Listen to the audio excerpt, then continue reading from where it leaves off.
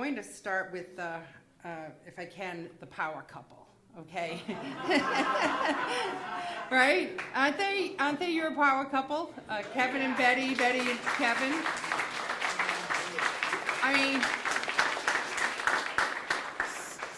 so incredible, these two individuals having supported each other in their respective roles in local government and in state government. And whether it's a tag team or partners, you have inspired not only Governor Baker and me, but your friends here in this room and beyond to also give back. You have done it with incredible grace and joy. And I hope that as we come through these difficult political times, that people look to you as an example of how to conduct yourself in public life, how to work through challenges, how to work in that bipartisan way to get things done.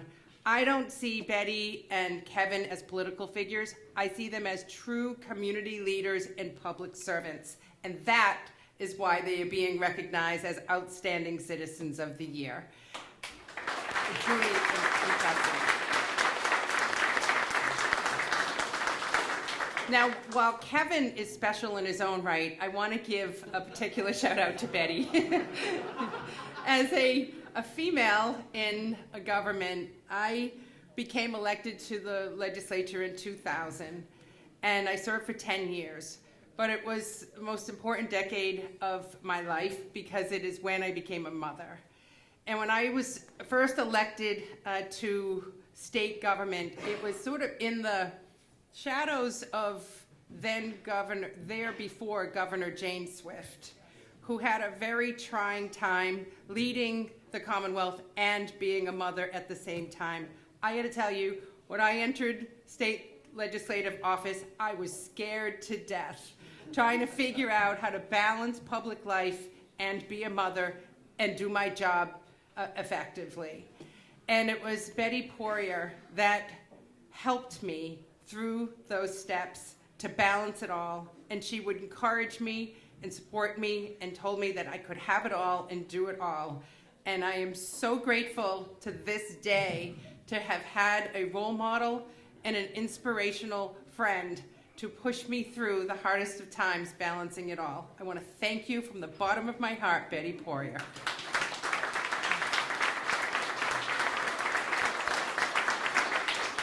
And while I call out friends like Betty, we all need a Betty, I couldn't be here without the support of my husband, because he truly had to take on roles in our family that typically were not done by him, and he took it on with also grace and joy and helping our family be where they are today. My children are now 18 and 16. One is going off to college and the other exploring what her next steps will be after high school. And I just say thank you to you. I know how you balanced all of what you've done also with a family that you've enjoyed and found the way to balance it all and not miss those special opportunities to see them grow and succeed and to celebrate them. So congratulations to Betty and to Kevin, the power couple of the year.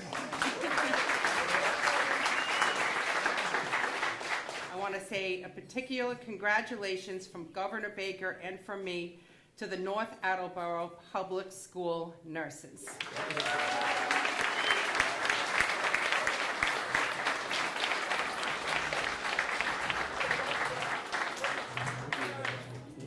Come on, I want all the nurses up here, led by your fearless leader.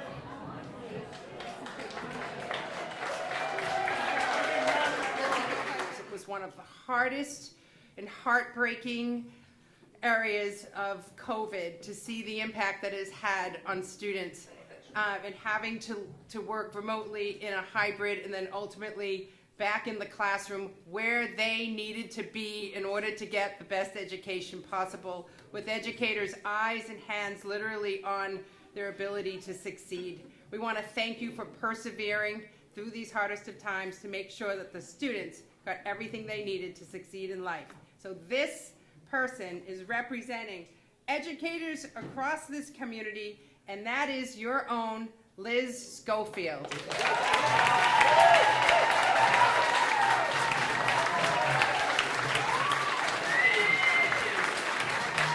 I know from my past experience as a select woman as well as in the legislature, our senior centers are places where seniors would go to get the support that they needed, the camaraderie, the access to services, whatever the need would be, they would go and they'd get the support. And COVID was so terrible to our older citizens who were the most vulnerable of our population to COVID. So they didn't have that anymore.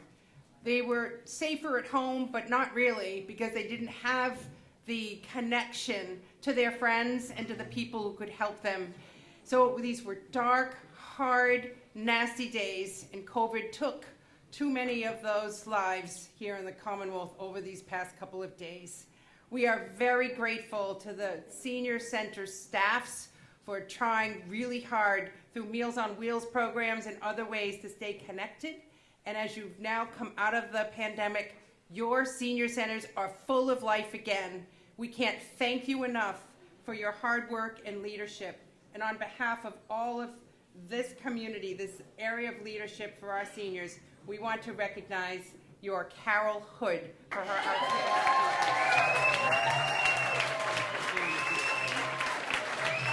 Okay, so we know the rising stars of our community come from our schools and from the youth of our community.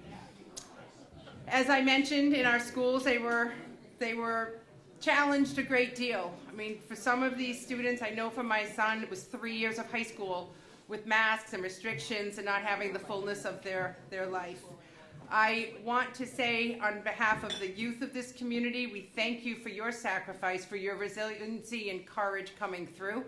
And we want to encourage you to take a silver lining message from what you experienced over these past couple of years and fully understand the power of having the right people in places to be able to meet the need of the time and inspire you someday when you go away to maybe college or start your career or your job, that you figure out a way to come back to your home area, your home community, and give it back to. There are plenty of positions and ways that you can do that. And this particular young person is being recognized as an outstanding youth in your community.